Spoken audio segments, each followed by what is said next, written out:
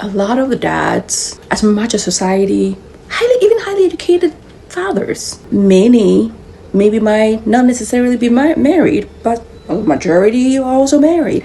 They consciously made the choice to be with women, consciously made the choice to lay down with women, to make babies. But then at the end of the day, conditioning, society, in their minds, makes it okay for some reason, make it make sense.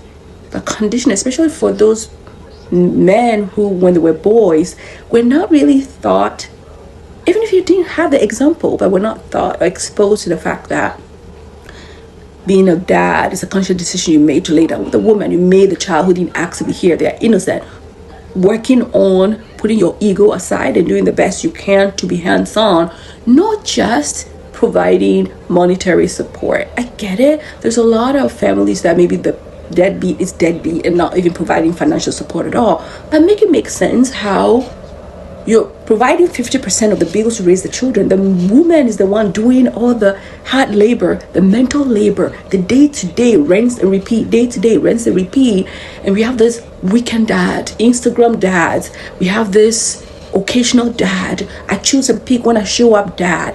I don't respect your dad, your boundary dad. I'm gonna make a conscious decision to disrupt your life, even though I don't want to be with you anymore. I've gone on to be with a whole different family that I started, but I'm going to constantly drag you to court, not do the right thing, not support financially, emotionally, spiritual.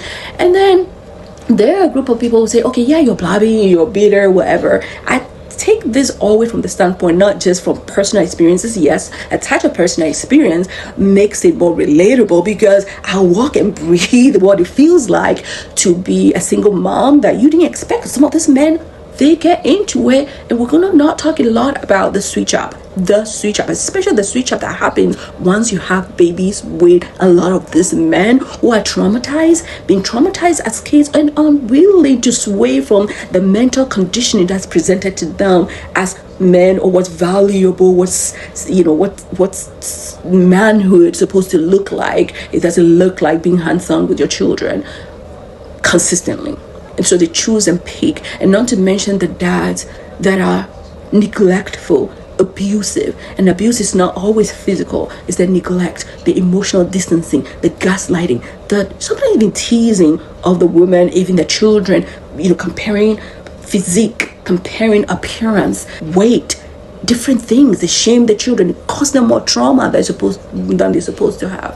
So if nobody shows you, you're enlightened in 2025, even if you say outside of education, and then some of these men are highly educated too, many of them might have big positions on the outside, they present well, people be like, oh, not that man, no, he's a great man, he's a philanthropist, he's kind, he's caring, but behind closed doors you don't know how that person shows up as. I've seen it personally with friends, with family, and also in my line of work as a psych nurse practitioner, where I see many women. A few men are part of my client base, but majority are women struggling. Most of the time, the struggle, the anxiety, the depression, the sadness, the paranoia, all this is the substance use.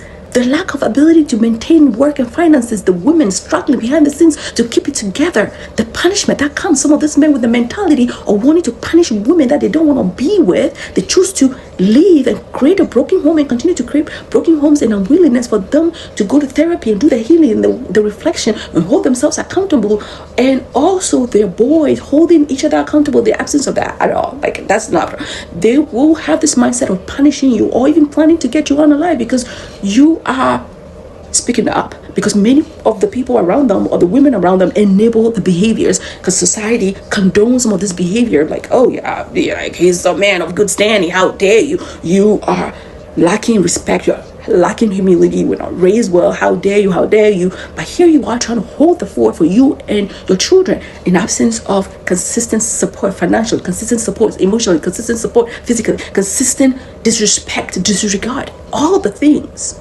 So if nobody has shown you, why don't you make the conscious decision to do it different? Because you've seen firsthand how that feels like growing up, especially some of these men who also grew up in single family households, to make it a point that you are going to choose to do differently, to work towards your nuclear family differently than your parents did, than your uncle did, than your grandfathers did.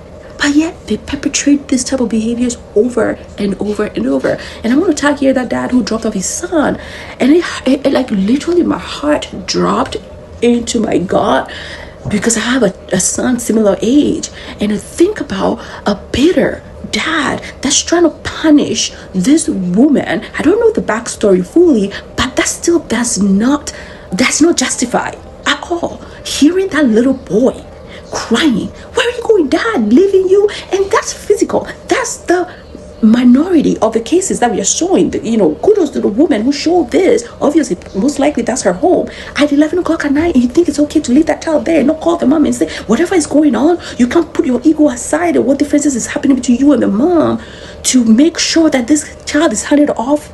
And some of these men will do that out of their own ego and bitterness and anger and unresolved conflict and traumas, but then take it out completely on the woman they have the children with. And that's the thing that baffles my mind. People say, why don't you just choose better? No, yes, you choose better, because a lot of these men bring their representatives, and sometimes it's not just during the dating phase. They will choose to marry you, lay down with you, have babies with you, talk sweet nothings. That's the dark psychology of it. Future faking with you, keeping your hope going, breadcrumbing you along the way.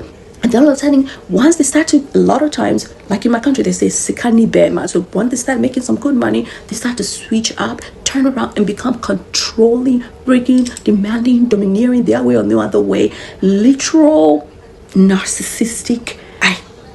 But these are things that I talk about on my channel to normalize the fact that we are not alone, and it's a collective effort as men feminists.